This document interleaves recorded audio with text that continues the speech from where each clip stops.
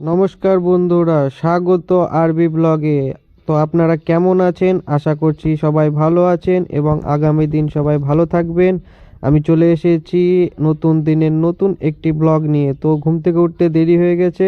আমার ছেলে দেখছি দিব্যি সুন্দর ভদ্র ছেলের মতন পড়তে বসে গিয়েছে ফ্রেশ ট্রেশ হয়ে। ম্যাডাম পড়াচ্ছেন ওনাকে।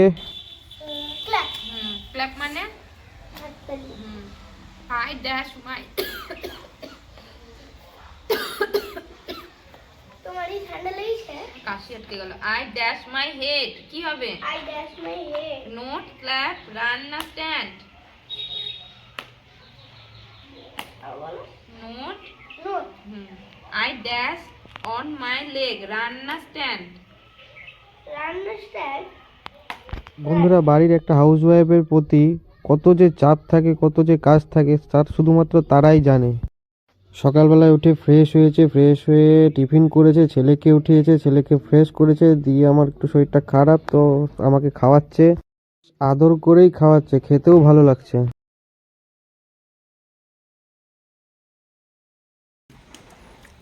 তো বন্ধুরা, এত আদর করে খাইয়ে দেয় বলার নাই। কত কষ্ট করে মাখিয়ে নিয়ে এসছে, খাওয়াচ্ছে দেখুন। কাজে যাই না দেখেন, আর আমি আদর করে করে ভাত খাওয়াই। শরীর খারাপই ছাড়ে না। আজ ঠান্ডা লাগা, কাল জ্বর, কাল মাথার যন্ত্রণা, এই লেগেই আছে। আমার আর খেতে দিতে পারবো না এই কাজ না করলে।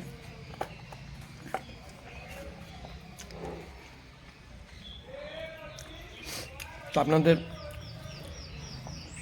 গত পরশু দিন দেখলেন আপনারা মাল ডেলিভারি দিয়ে এসছে, সেই দিন কাজ করেছে, কাল কাজ করেনি, আজকেও মাথার যন্ত্রণা করলাম। তাহলে আমাদের গরিবের সংসারে কাজ না করলে খাবার জুটবে বলুন তো?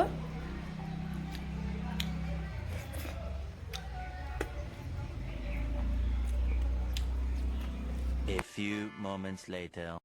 আপনাদেরকে একটা কথা বলি, আদর করে যদি বাড়ির বউ যদি কিছু খাওয়ায় বা কিছু করে দেয়, তো খবরদার কিছু করতে চাইবেন না, তাহলে খাটিয়ে মেরে ফেলবে।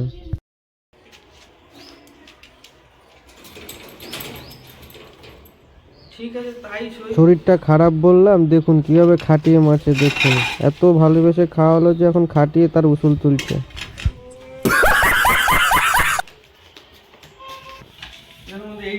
এগুলো তো পরিষ্কার করলাম, যাতে এখন বাথরুম পরিষ্কার করতে হবে। कैसे कैसे लोग रहते हैं यार यहाँ पर। বাথরুমটাও साला तुमको पागल कुत्ते का गाड़ी उठा के ले ব্লিচিং जाएगा ছিটিয়ে पता রেখেছি। है। বাথরুম পরিষ্কার করতে হবে। বাথরুম এখন কে পরিষ্কার করবে? তা- বাথরুম কাদের পরিষ্কার করার দায়িত্ব বলেন? আমি কোনোদিন বাথরুম পরিষ্কার করিনি, করতে পারবো না। বন্ধুরা, কিছু করার নাই, প্রেম করে বিয়ে করেছি, এখন যা বলবে তাই করতেই হবে, না হলে আবার ভালোবাসবে না। কাজ টাজ করিয়ে খাটিয়ে বলতে চলো শ্বশুর বাড়িতে যাবা, তোমার নিমন্ত্রণ আছে, তাই হোক এলাম। এসে দেখছি যে মাংস ভাত আয়োজন হয়েছে, তো সেই খাওয়া দাওয়া, মাংস ভাত, মাংসের ঝোল দেখে জিভ দিয়ে জল বেরিয়ে গেল। তো চলুন খাওয়া যাক।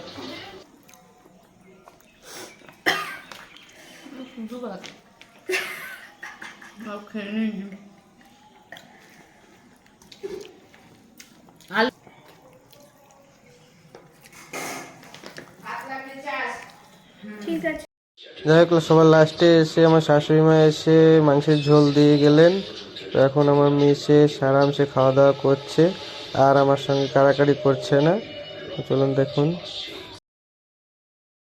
অবশেষে বন্ধুরা খাওয়া দাওয়া হয়েছে, পেট ভরে খেয়েছি, এবার একটু রেস্ট নেব। তো আপনারা কমেন্ট করে অবশ্যই জানাবেন যে শ্বশুর বাড়িতে খেতে কেমন লাগে। তো আবার দেখা হচ্ছে আগামী ব্লগে।